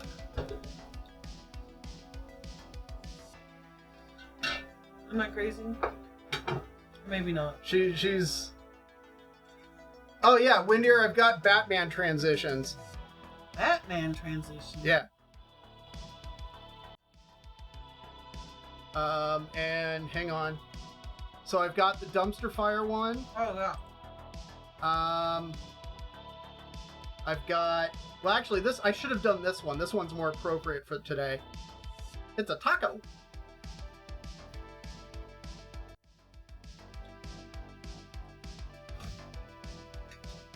You and cartilage. Crumbly Mexican. I personally would be all over, like, say, some cotija. Personally. Oh yeah. Which we have. It needs a little, I don't know, it needs something. Be it cream, crema, sour cream. That's just me. It tastes fantastic as is. But she's like, it's a taco. But it's a taco. I just can't get my head past the rest of it. Okay, hang on. Beauty shot time. There we go. Banana. We got our adobo tacos. Oh. There we go. Alright.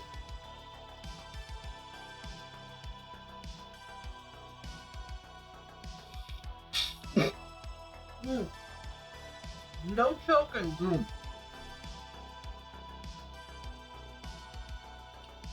That jicama's really nice. Mm-hmm. Okay, Lumpy, have a safe drive home, man. Ooh. I tried inhaling the taco, that's why I coughed.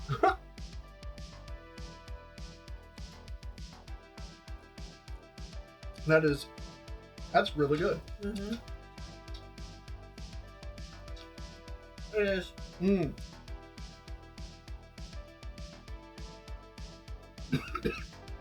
No choking.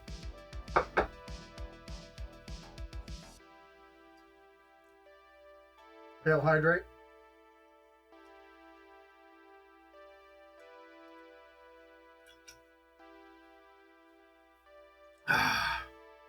Yummy. That's really good. Let's see. Didn't do it. Come on.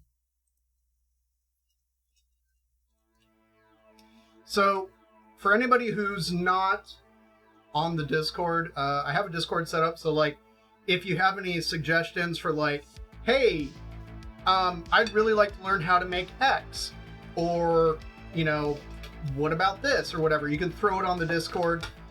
So, all the links are in that link tree thing for the Discord, the Instagram, the Twitter, the Facebook, you know, basically all the socials that one has to have for that kind of thing. But yeah, oh man. This has got a little residual heat from those chili japones that I really, really like. But it's perfect. It's like not too hot, but a little bit of heat. So that's what we're going to do. Okay. That's why we need food to them with joining us for dinner. That is certainly the plan. Once,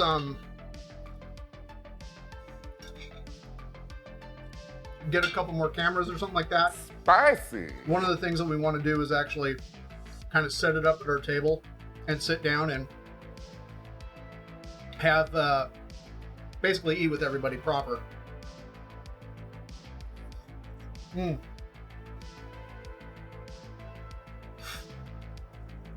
Right.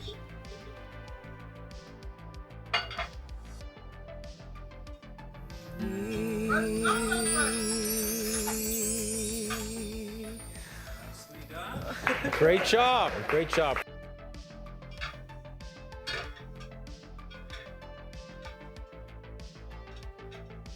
That's right. It's time to pound your meat.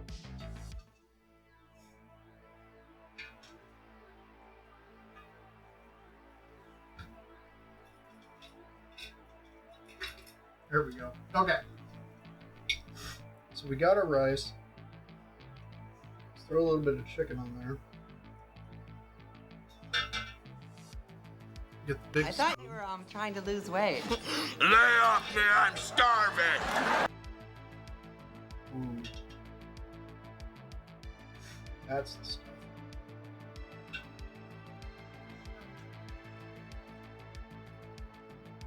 Figured to throw a little bit of that on top. Why not?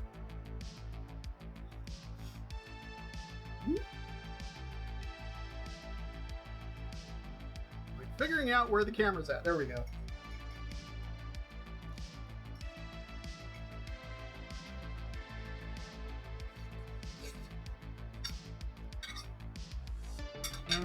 Nacho!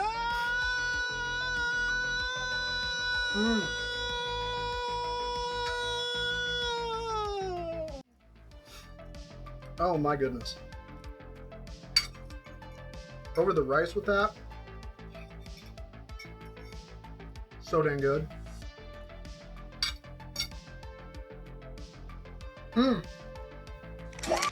Nacho! I see you found the channel point redeems. There's even more emotes too. Like once you go into the BTTV ones. And I also have Frankenface ones if you happen to have that. And I've just started toying with a new, well, new to me, emote setup called, what is it, 7TV I think it is? That it's like BTTV except that the amount of free emotes that you can set up is like 300. So I've set it up and I've got a bunch that are in there already. So if anybody happens to have 7TV, those emotes are there and you can totally like play with them and go crazy. But I did good. Yeah, that heat is just like perfect. The thing that I love about that in particular is like I got the burning sensation on my lips. I got this warmth, but it's not like, oh my gosh, oh my gosh, oh my gosh, I'm gonna die. It's just this underlying heat that is just awakening the taste buds and just like making me want to eat more. Mm. Ooh, burn!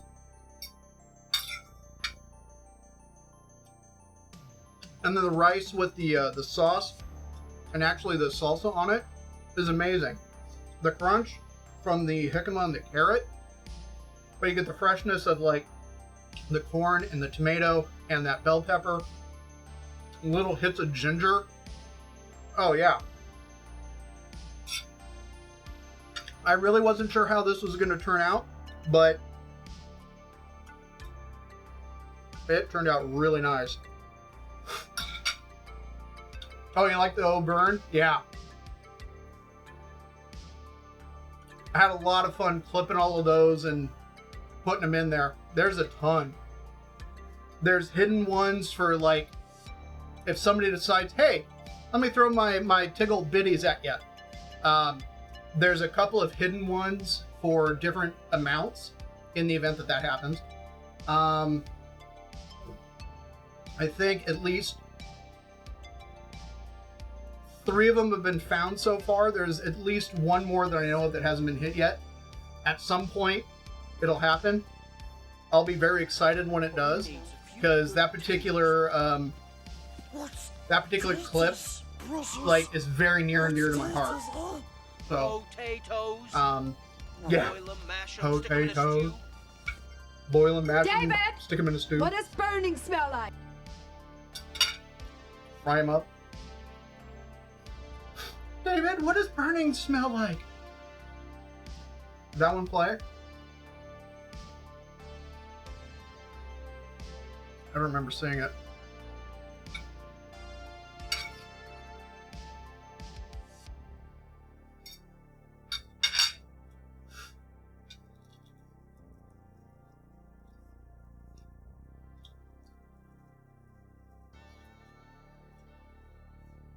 Mm.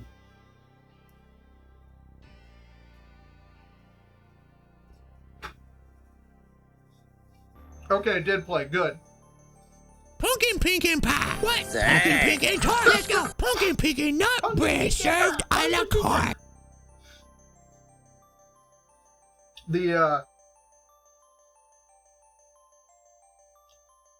If you're unfamiliar with Djibouti dubs on YouTube, they do amazing work. It's hilarious. A lot of it's not safe for work, but the dubs for Kathy whatever are hilarious. So, hey, have all the fun you want. With a name like Accidental Chaos, I mean, it's sort of like, it's sort of expected, you know? Mm.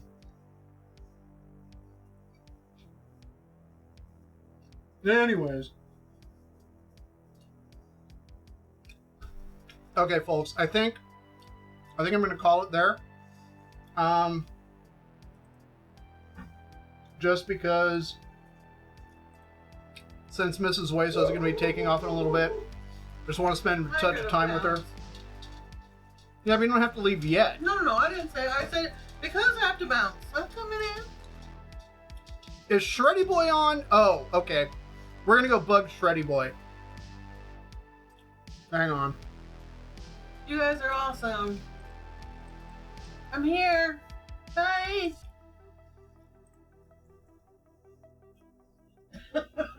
Oh, he's on. We're going to call him a nerd.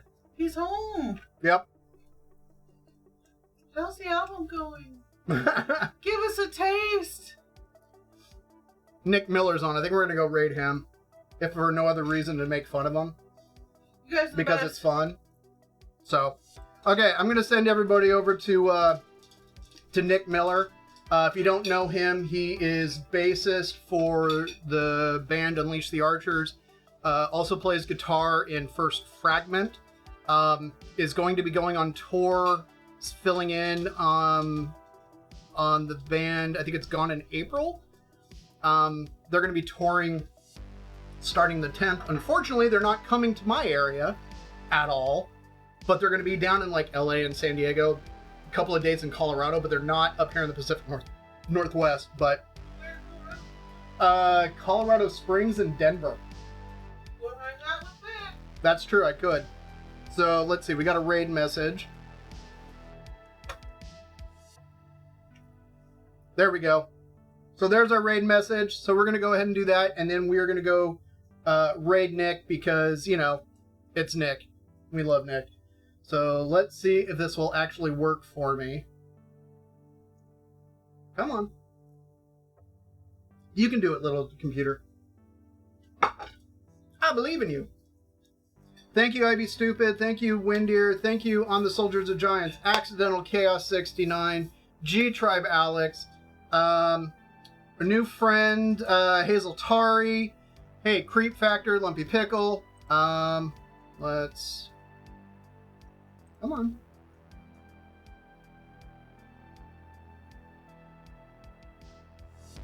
It's thinking, it's thinking, it's thinking.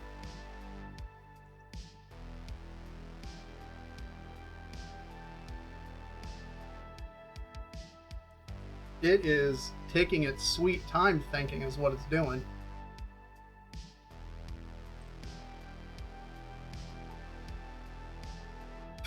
I think I broke it.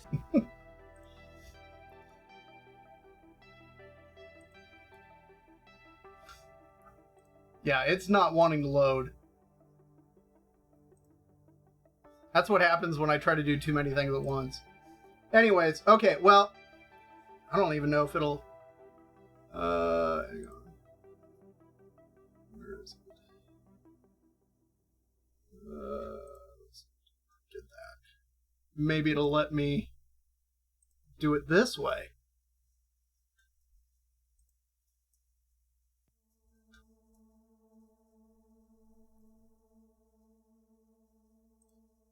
Alright, let's see.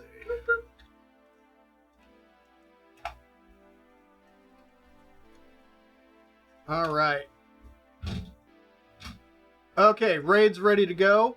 I will see you guys on Thursday. Take care. Love all y'all. Thanks for being here. Hello, boys and ghouls. DK's making a snack today. What's it gonna be?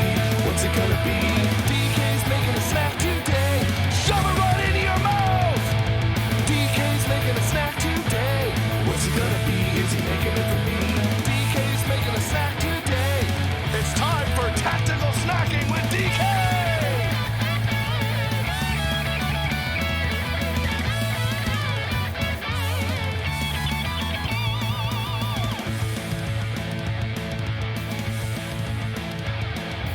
DK's making a snack today. What's it gonna be?